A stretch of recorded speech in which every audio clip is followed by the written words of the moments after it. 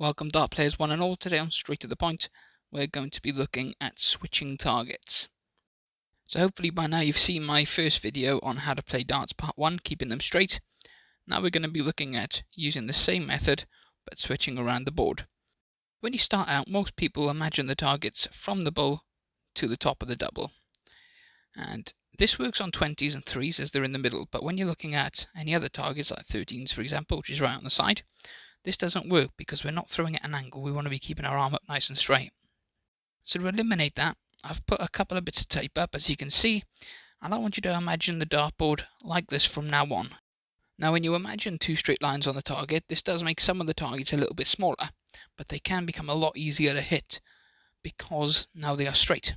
And if we can get a dart between those targets, there's a very good chance of it going in. Now let's have a quick look at the technique we should be using when we go to switch around the board.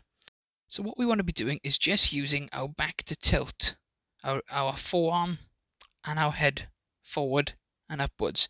This keeps the distance between our arm and our head exactly the same.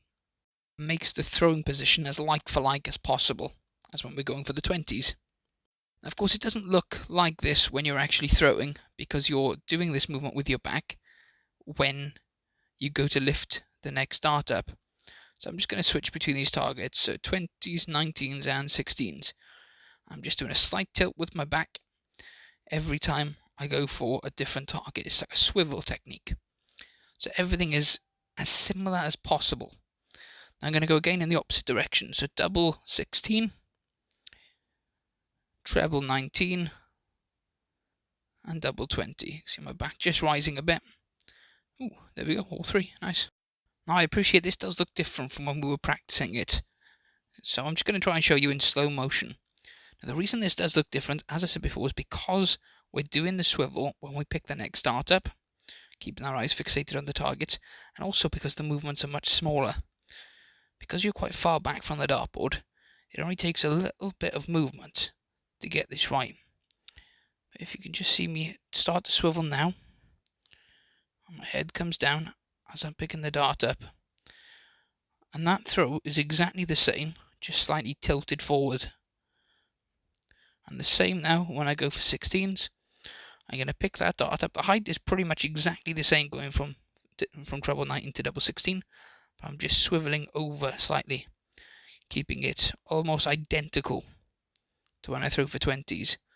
And by imagining that straight target, it becomes very much one and the same.